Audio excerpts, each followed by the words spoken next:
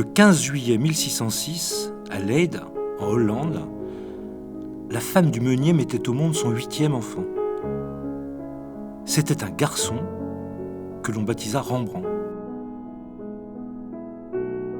Ses frères, fidèles à la tradition familiale, devinrent à leur tour meuniers ou cordonniers. Rembrandt, lui, décida qu'il serait peintre, peut-être même le plus grand de tous les peintres.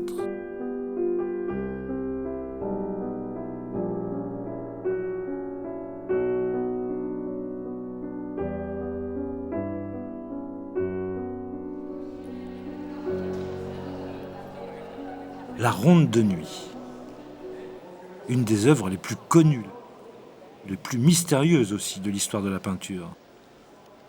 Beaucoup de ses visiteurs ne sont là que pour elle. La toile est protégée par une barrière et un gardien posté là en permanence. C'est que la Ronde de nuit attire les foules et parfois les fous. Attaquée une fois au vitriol, un jour à coups de couteau, et chaque fois patiemment restaurée.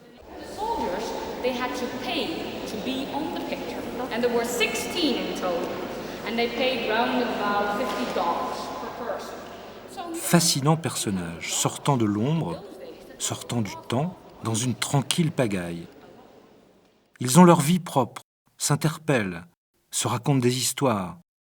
Nous sommes en 1642, période d'apogée pour Rembrandt, période d'apogée pour la Hollande.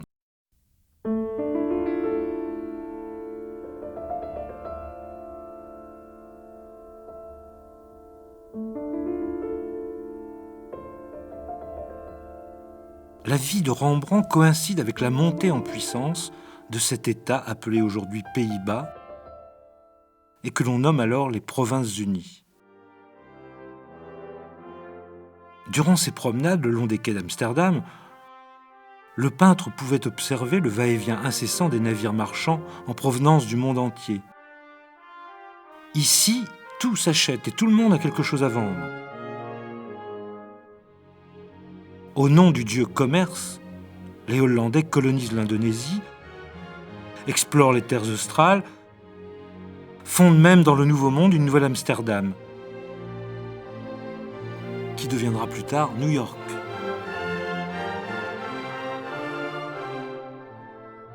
Rembrandt, comme les autres, achète, revend, spécule. Dans son atelier s'entassent les objets les plus insolites, venus des contrées lointaines, plumes, coquillages, casques, étoffes, que l'on retrouve ensuite sur ses toiles. Il connaît les mécanismes du marché de l'art, fait monter les enchères sur ses propres œuvres, modifie sans cesse ses gravures pour appâter les collectionneurs. Les Hollandais sont avant tout des marchands, et Rembrandt est hollandais.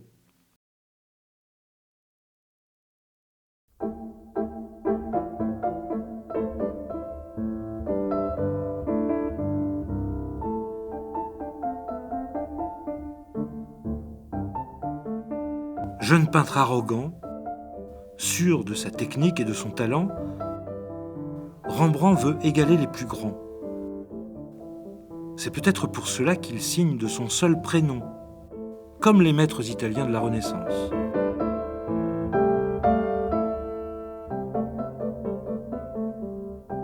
Mais dans les pays catholiques, comme la France ou l'Italie, les palais et les églises regorgent d'œuvres d'art et les commandes princières font la fortune des peintres.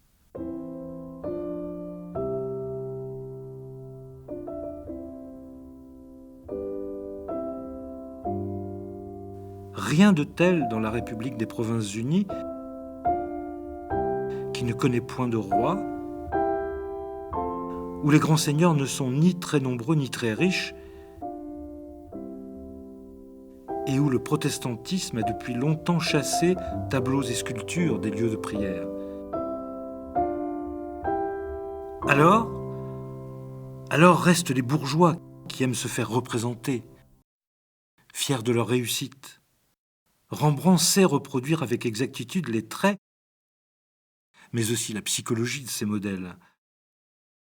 Ces portraits flattent l'orgueil des marchands d'Amsterdam, qui paient bien. Les commandes affluent. Sa renommée s'étend à toute l'Europe.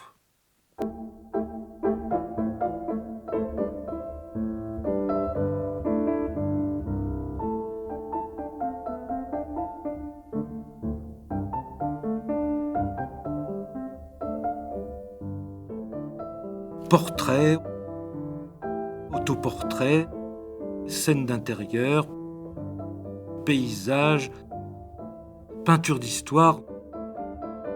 Nu, Rembrandt s'essaie à tous les genres. Les scènes bibliques surtout hantent son imaginaire. L'artiste s'intéresse à l'individu, seul dans sa relation avec Dieu. Il s'attendrit sur le sort du Christ enfant, du Christ souffrant, qui pardonne et revient sauver l'humanité. La clarté au cœur de l'obscurité.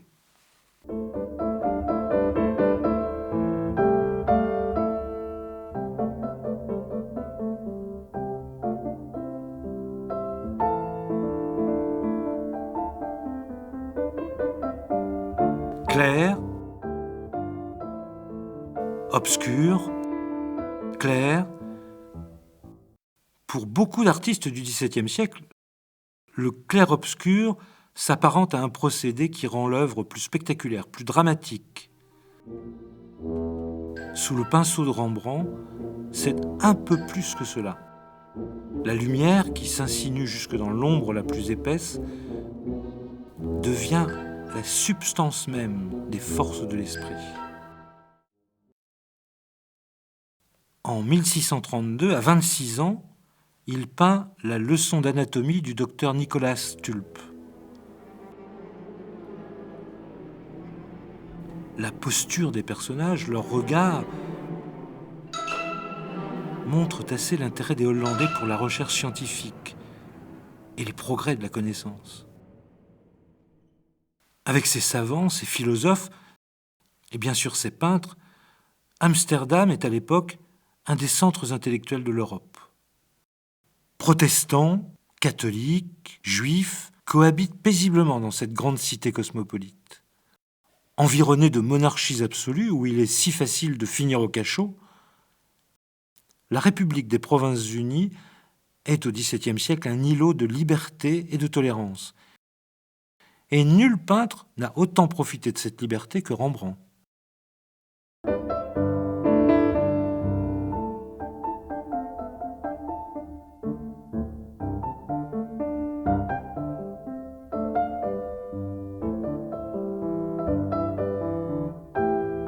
Réussite commerciale, bonne fortune culturelle, les Provinces-Unies multiplient également les succès dans le domaine militaire. C'est surtout l'Espagne, ancienne puissance occupante, qui fait les frais du dynamisme hollandais. Lorsque Rembrandt peint la Ronde de nuit, les deux pays sont en guerre depuis plus de 70 ans.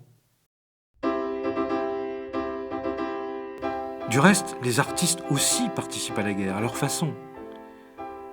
En 1635, Velázquez célèbre un fait d'armes de l'armée espagnole, la prise de la ville de Breda. Au-delà des lances de l'infanterie espagnole s'étendent les Pays-Bas, comme la promesse de conquête future. On se prend à imaginer que Rembrandt aurait pu avoir connaissance du tableau de Velázquez et qu'il s'en soit inspiré pour peindre la Ronde de nuit 7 ans plus tard. Car les similitudes ne manquent pas. Les lances dans le coin supérieur droit, les hallebardes à gauche, les arquebusiers, la présence de deux personnages au centre, mais à l'espace ouvert du fond, Rembrandt substitue un espace fermé. L'ennemi ne passera pas. Avec une tranquille assurance, le capitaine Franz Banin-Kock et son lieutenant s'avancent à la tête d'une des milices bourgeoises d'Amsterdam. Les milices, ce sont ces bourgeois en armes chargés de la défense des villes. Dans les œuvres dont ils passent commande, ils veulent contempler l'image qu'ils se font d'eux-mêmes. C'est pourquoi les artistes, avant Rembrandt, avaient coutume de les faire figurer côte à côte, un peu figés, comme dans nos traditionnelles photos d'école. À vrai dire, le rôle purement militaire des milices tend à se réduire au XVIIe siècle. Les combats se livrent le plus souvent autour d'une bonne table et les ventres s'arrondissent. Reste que l'appartenance à une milice est pour les bourgeois la marque de leur réussite, de leur rang dans la société.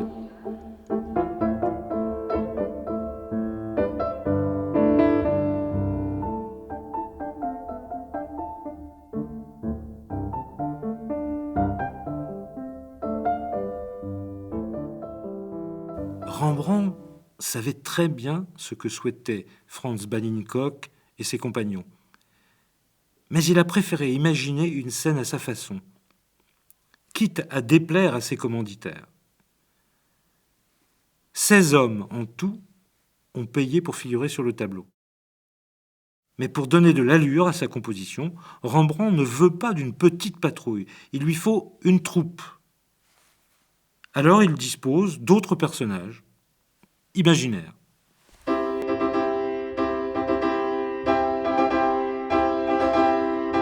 Chacun s'apprête. Le porte-drapeau déploie les couleurs d'Amsterdam, le sergent place ses hommes, les porteurs de mousquets ajustent un dernier tir.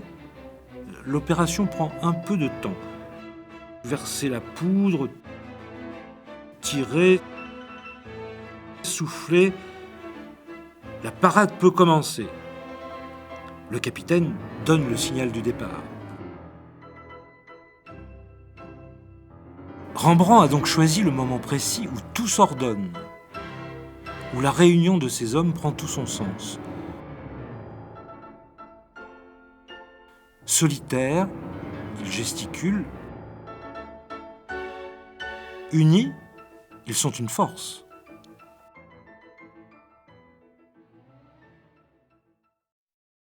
La composition répond au même principe. Les grandes masses qui structurent le tableau sont disposées presque symétriquement.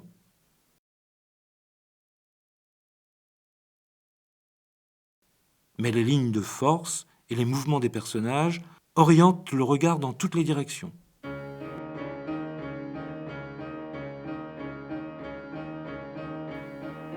La technique de Rembrandt est celle d'un virtuose. L'illusion de la profondeur est donnée par des détails comme la hallebarde du lieutenant,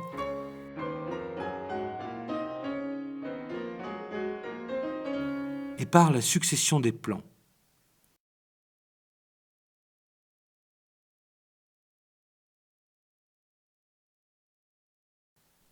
Mais c'est l'atmosphère, à la fois sombre et lumineuse, dans laquelle baigne la scène, qui donne au tableau son unité et sa véritable dimension. Car en vérité, la ronde de nuit n'est pas une ronde de nuit, mais un défilé effectué dans la journée et transfiguré par la magie du clair-obscur. La lumière vient frapper les personnages comme des coups de projecteur. Rembrandt ne se soucie d'ailleurs pas de reproduire la réalité physique de la lumière. L'orientation des ombres montre bien que les rayons ne proviennent pas de la même source.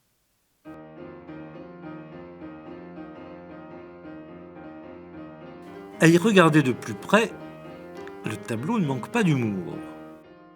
Rembrandt se représente lui-même, l'œil malicieux, comme un gamin auteur d'une bonne blague.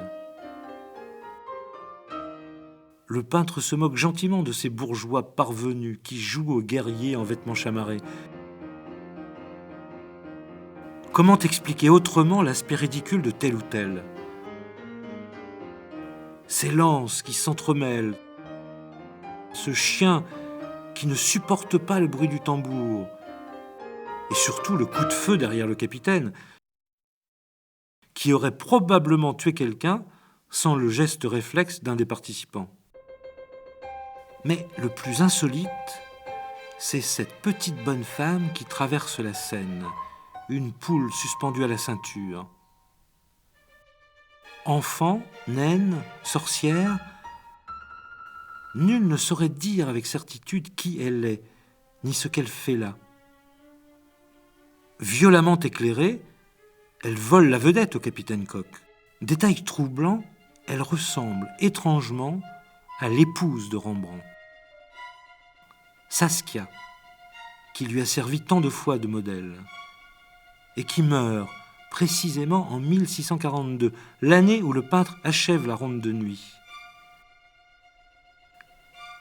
Et si c'était elle, le personnage principal du tableau? L'œuvre sera inégalement accueillie, pas toujours bien comprise.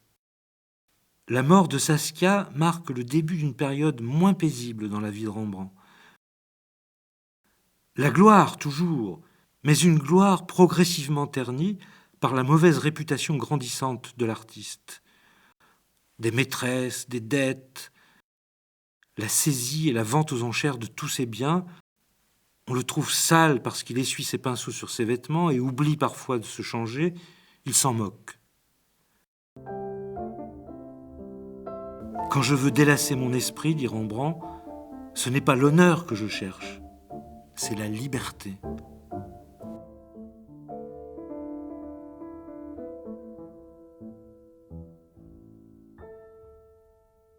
Il y aura encore de nombreuses commandes, de nombreux chefs-d'œuvre.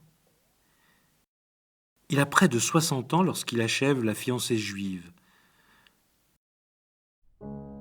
Les années n'ont pas émoussé son acharnement à peindre, à inventer. Rayonnement des couleurs, étalées au couteau ou avec les doigts, intensité des sentiments, la tendresse, tout simplement. Au soir de son existence, Rembrandt poursuit inlassablement ce qui a été la recherche de toute sa vie, la vérité de l'homme. Le vieux peintre ruiné ne quitte plus guère son atelier, presque seul après le décès de la plupart des siens. Il n'est plus à la mode. Dans son miroir, il s'observe et peint inlassablement le délabrement progressif de son visage. À main nue, il livre jusqu'au bout un fascinant combat contre la mort.